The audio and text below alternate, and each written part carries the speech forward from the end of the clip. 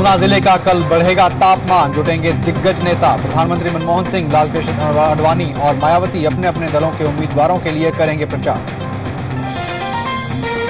नितिन गडकरी के बाद अब बीजेपी नेता शांता कुमार पर भी लगे भ्रष्टाचार के इल्जाम। शांता ने कबूला पार्टी में भ्रष्टाचार का धुआं। पवन बंसल ने कहा, शीशे के घरों में रहने वाले ना फेंके दूसरों पर पत्थर। दिल्ली से हौसला लेकर किन्नौर में बीजेपी अध्यक्ष ने किया प्रचार, कहा राज्य में पर्यटन का करेंगे विकास। तो सुषमा स्वराज ने पालमपुर में महंगाई पर केंद्र को घेरा। हिमाचल प्रदेश विधानसभा चुनाव में सभी दलों की युवा मतदाताओं पर नजर। कांग्रेस और बीजेपी के कई युवा चेहरे मैदान में। हिमाचल के वोटरों को जागरूक करने की चुनाव आयोग की कोशिश। नुक्कड़ नाटक और रैलियों से समझा रहे वोट का महत्व। चुनाव से पहले आखिरी सबसे बड़े फेरबदल का काउंटडाउन शुरू। कल सुबह 11:30 बजे नए मंत्री लेंगे शपथ। अंबिका वासनिक और सुबोध कांत सहाय समेत कईयों ने दिया इस्तीफा। और हास्य कलाकार जसपाल भट्टी की अस्थियां कीरतपुर साहिब में विसर्जित। फिल्म पावर कट के प्रीमियर में नम आंखों के साथ परिवार व कई बड़े कलाकार हुए शामिल। और देश भर में बकरीद की रौनक, मस्जिदों में अदा की गई खास नमाज। राष्ट्रपति और पीएम ने दी बधाई।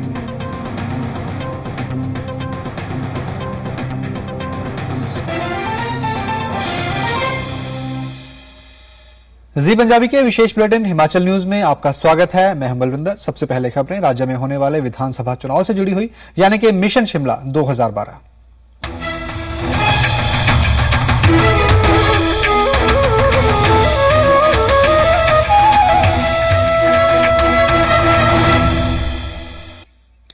दिल्ली में अपनी पार्टी का साथ मिलने के बाद आत्मविश्वास से लबरेज हुए आरोपों से घिरे बीजेपी अध्यक्ष नितिन गडकरी ने हिमाचल प्रदेश में चुनावी रैली की। किन्नौर में रैली कर उन्होंने जहां पर्यटन का विस्तार करने की बात कही, वहीं नौकरियों के मौके बढ़ाने का भी वादा किया।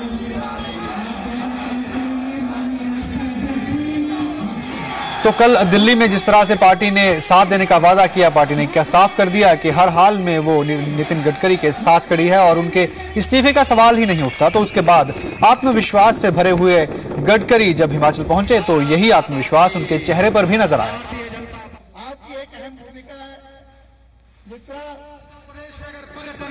हमारी सरकार कर रही है और पर्यटन का विकास होगा तो होटल्स बनेंगे, मोटल्स बनेंगे, हैंडलूम हैंडीक्राफ्ट्स को महत्व मिलेगा।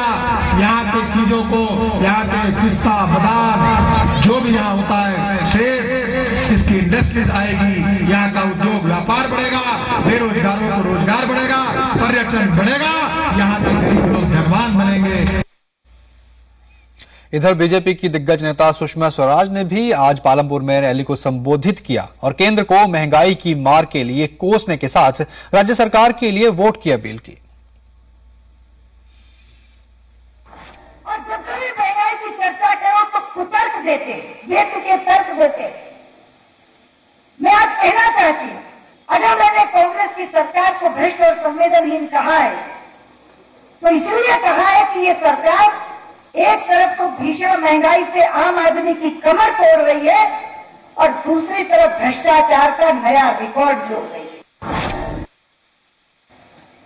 3 सत्र पहले CWG आया, उसके बाद 2G आया, पिछली बार 4G आया और इनमें से कोई कांड विरोधी ने नहीं निकाला, किसी भाजपा वाले ने आरोप नहीं लगाया। तीनों कांड निकाले कंट्रोलर एंड ऑडिटर जनरल ने, CMAG ने, कि प्रधानमंत्री जी महंगाई इतनी बढ़ रही है, आप अर्थशास्त्री हैं, लेकिन लगता है कि आप तो अनर्थशास्त्री हो गए। तो कहते मैं जिम्मेदार नहीं हूं, शरद पवार से पूछो। फिर हम कहते 2G स्पेक्ट्रम में 1,76,000 करोड़ का घोटाला हो गया, बोले राजा से पूछो। जब हम कहते जहाज खरीदी में गबन हो गया, CMAG की एक और रिपोर्ट है, तो कहते प्रफुल्ल पटेल से पूछो। जब हम कहते कि आप निर्णय क्यों नहीं करते, तो कहते ममता बनर्जी से पूछो। कांग्रेस के अध्यक्ष महिला हैं, उनको कहा कि अगर इन पुरुषों को समझ में नहीं आता तो कम से कम आपको तो ये दर्द समझ में आना चाहिए। लेकिन मुझे दुख से कहना पड़ता है कि दिल्ली के शासकों को वो दर्द, वो चीखो पुकार, वो कराहट सुनाई नहीं देती। तो हिमाचल की सरकार वो सरकार है जो 72 अंतर्राष्ट्रीय और राष्ट्रीय पुरस्कारों से नवाजी है। 72। इस प्रदेश में रहने वाला कोई वर्ग हमारी सरकार की आंख से ओझल नहीं हुआ। मुझे कई बार बहुत खुशी होती है, अंदर से प्रसन्नता होती है कि शांता जी और धूमल जी की ये जोड़ी जिस तरह से हिमाचल में विकास में लगती है, अगर वो केंद्र में रहे हो तो भी और यहाँ के मुख्यमंत्री रहे हो तो भी, और धूमल जी यहाँ के मुख्यमंत्री रह करके जिस तरह से पूरे हिमाचल के प्रति समर्पित भाव से हम काम कर रहे हैं, उसके लिए माथा गर्व से ऊंचा होगा। आजकल चुनावी सीजन में हर पार्टी जहां अपने प्रचार पर जोर दे रही है, वहीं दूसरे दलों पर प्रहार करने से भी गुरेज नहीं कर रही। ऐसे में हर पार्टी नेता पर लग रहे भ्रष्टाचार के इल्जामों को देख जनता ये समझ नहीं पा रही कि कौन सच्चा है और कौन झूठा।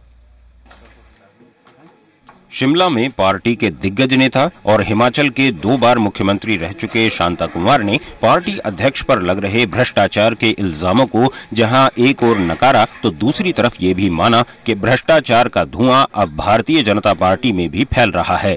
मैं एक बात स्वीकार करता हूं कि पूरे देश की राजनीति में जो भ्रष्टाचार का प्रदूषण हुआ है, उसका थोड़ा थोड़ा धुआं कहीं कहीं हमारे यहाँ भी आया है। वहीं पार्टी में आत्मनिरीक्षण की दुहाई दे रहे शांता पर अब शिमला आए कांग्रेस नेताओं ने भ्रष्टाचार के इल्जाम लगाकर कई सवाल खड़े कर दिए हैं। उन्होंने जब ये फूड मिनिस्टर थे गवर्नमेंट ऑफ इंडिया के, जो पीपीएल से भी सस्ते जो राइस एक्सपोर्टर थे, उनको वो सस्ते दाम पे राइस दिया गया और उनकी लिस्ट ले लो जिन्हों को एक्सपोर्ट की इजाजत हुई, और उन्होंने ट्रस्ट में डोनेशन दी, वो इकट्ठे कर लो। कांग्रेस नेता बीजेपी के बयानों पर फिल्मी डायलॉग मारने से भी गुरेज नहीं कर रहे। It is an old saying that those who live in glass houses do not throw stones at others. I'm sure he knows of it. नेता जानते हैं कि जब भ्रष्टाचार का कीचड़ उछलेगा तो दामन किसी का भी साफ नहीं रहेगा, इसलिए यही सलाह अच्छी है कि किसी और के बारे में बोलने से पहले अपने गिरेबान में झांक लिया जाए। संजीव शर्मा, जी हिमाचल, शिमला। ऊना जिले में कल दिग्गज नेताओं का जमावड़ा लगेगा। ऊना में कल प्रधानमंत्री मनमोहन सिंह कांग्रेस उम्मीदवार के लिए चुनावी जनसभा को संबोधित करेंगे, तो बीजेपी के वरिष्ठ नेता लालकृष्ण आडवाणी भी बीजेपी उम्मीदवारों के लिए ऊना में रैली को संबोधित करेंगे। वहीं पिछले 3 दिनों से पार्टी के लिए प्रचार कर रही बसपा सुप्रीमो मायावती का भी ऊना में जनसभा का कार्यक्रम है। 3 तस्वीरें आप देख रहे हैं कल की, ये 3 तस्वीरें खास रहेंगी। डॉक्टर मनमोहन सिंह, लालकृष्ण आडवाणी, मायावती हिमाचल प्रदेश में, ये तीनों ऊना में सरगर्म रहेंगे।